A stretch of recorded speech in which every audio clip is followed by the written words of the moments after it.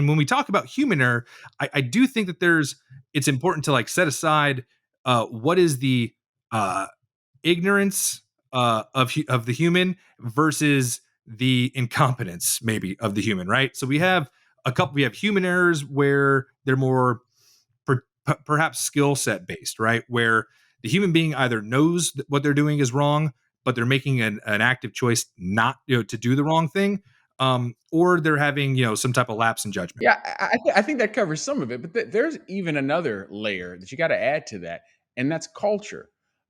In some organizations, there's a culture where the human dynamic causes people to not deal with the security risks that are there. I mean, perfect example was the big OPM breach that affected everybody with clearances across the entire spectrum of government contractors, government employees, everybody was basically hacked because the communication and the feedback loop for people that know what's going on with the people that make decisions was just broken.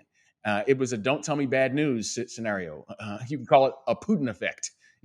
Only tell me the good, don't tell me the bad, even if it blows up in my face. Yeah, and I think that that's largely based on like decision based errors, right? So that's like ignorance is bliss kind of mindset in an organization, like you said, kind of like that Putin effect, right? Don't tell me any bad news. And I think that in order to address those, you have to take different tacks, right? There's different solutions for that out there, and it's not technology. A couple years ago, back in 2020, there was a huge amount, somewhere over like 45 or 46% of the human errors that led to successful data breaches of systems were due to people not checking to see if they were sending an email to the right person.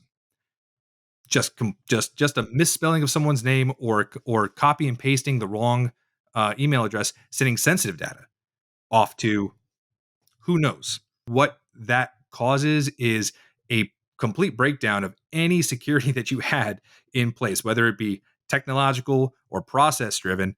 You found a backdoor directly into the system because your user decided to just, either through ignorance or through a really poor decision, send out sensitive data. And some of it is just honest mistakes. I mean, like take my name, Michael Hill. Do you know how many millions of Michael Hills there are out there? There's I too many mean, Michaels out there. miss It's too many miss Michaels.